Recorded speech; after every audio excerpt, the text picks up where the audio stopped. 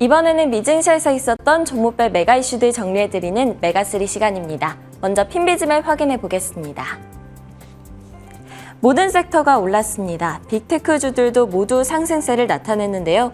암이 상장과 동시에 폭등하면서 시장을 끌어올렸죠. 다만 비자가 주식 구조 변형 계획에 2.5% 하락했고 넷플릭스의 경우 할리우드 파업에 따라서 수익이 악화될 것이란 우려에 3% 하락하면서 빨간불을 켰습니다. 어도비는 예상치를 뛰어넘는 매출과 EPS를 발표했음에도 불구하고 시간외에서 하락세를 보이고 있고요. 아메리칸 항공과 스피릿 항공에 이어서 델타 항공도 연료비 상승을 이유로 올 3분기 실적 전망치를 하향 조정했다는 소식이 들려왔습니다. 이 때문에 델타 항공 주가가 0.56% 하락했고 아메리칸 항공은 0.4% 하락하면서 연일 하락세를 이어가고 있고요. 또 스피릿 항공의 경우에는 2.4% 반등하는 모습을 보였습니다. 국제유가가 10개월 내 최고치를 찍었습니다. WTI 가격이 배럴당 90달러를 넘어섰고요. 브렌트유는 93달러를 넘었습니다. 이 때문에 엑슨모빌, 쉐보론 등 정유주들의 흐름이 좋았는데요. 최근 원유 가격은 공급 우려에 고공행진을 하고 있죠. 전일 국제에너지기구 IEA는 세계 최대 산유국인 사우디아라비아와 러시아가 올해 연말까지 감산을 연장하기로 함에 따라서 4분기부터는 원유의 상당한 공급 부족이 이어질 것으로 보인다고 전망하기도 했습니다. 그럼 오늘의 메가3 확인해 보도록 하겠습니다. 오늘은 IPO 대어라고 불리는 암이 드디어 상장해서 관련해서 먼저 다뤄보고요. 그 다음으로는 소비재 섹터, 마지막으로는 중국 전기차 보조금을 둘러싼 중국과 유럽의 갈등에 대해서 이야기해보고자 합니다.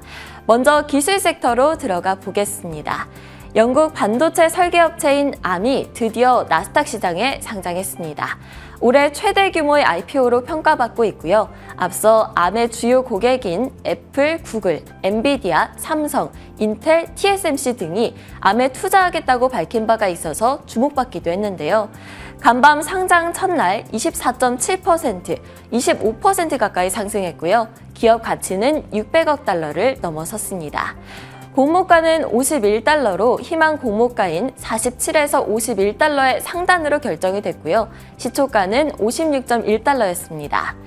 회사 가치는 545억 달러가량으로 평가가 돼서 소프트뱅크가 비전 펀드로부터 지분을 인수할 당시 평가액인 640억 달러보다는 낮아졌지만 엔비디아의 매각을 추진할 당시에 400억 달러보다는 높은 수준이었습니다. 한편 대규모 감원을 단행했던 글로벌 빅테크 기업들이 조직을 줄이기 위해서 이번에는 해고 대신 채용 축소를 선택하고 있다는 소식이 들려왔습니다. 최근 들어서 빅테크주들을 중심으로 해고 한파가 끝나가고 있다고 하죠. 해고 칼바람은 사그라들었지만 글로벌 빅테크들은 조직 규모를 확장하지 않기 위해서 채용 줄이기에 나섰습니다. 이번에 구글이 신규 채용을 축소하기 위해서 채용 담당자를 감축하기로 했는데요. 지난 1월 구글은 정규직 인력의 약 6%에 해당하는 12,000개의 일자리를 없애겠다고 밝힌 바가 있었죠. 이번에는 채용 조직 규모를 대폭 축소해야 한다고 합니다. 구글은 쉬운 결정이 아니었지만 전반적으로 옳은 결정이었다고 평가했습니다. 온라인 쇼핑몰인 SC는 울프리서치에서 목표가를 상향 조정하자 상승했는데요. 울프리서치는 올해 들어서 약 50% 하락한 SC의 주가가 반등을 준비하고 있다면서 투자 의견을 동일 비중에서 시장 수익률 상회로 올려잡았습니다. 목표가는 100달러로 제시를 했는데 이는 전날 종가 대비 54% 이상 상승 여력이 있음을 뜻하죠. 울프리서치는 SC가 거시경제 악화로 단기적인 불확실성이 있기는 하지만 향후 주가가 더 나은 성과를 낼 수 있는 여러 가지 요인들이 있다고 밝혔는데요. 그 요인들을 살펴보자면 경기 개선에 따라서 소비 지출이 회복이 될 수가 있고 마진이 개선될 가능성이 있으며 또 핵심 프랜차이즈에 대해서 집중하고 있다는 점을 꼽았습니다. 한편 아마존이 헬스케어 분야의 성장을 가속화하기 위해서 리더십 카드를 꺼내들었다는 소식도 전해졌습니다. 아마존은 브래드 스미스를 신임 이사로 선출했는데요. 인투이트의 CEO를 또 맡았었고요. 또 건강보험 회사인 휴머나 이사를 맡아왔던 이력이 있는 인물이죠. 때문에 헬스케어 분야를 강화시킬 수 있다는 점에 있어 호재라는 평이 나오고 있습니다. 마지막으로는 자동차주 소식 보겠습니다. 전미 자동차 노조 파업 예고에 포드, GM, 스텔란티스 주가는 일제히 하락을 했습니다.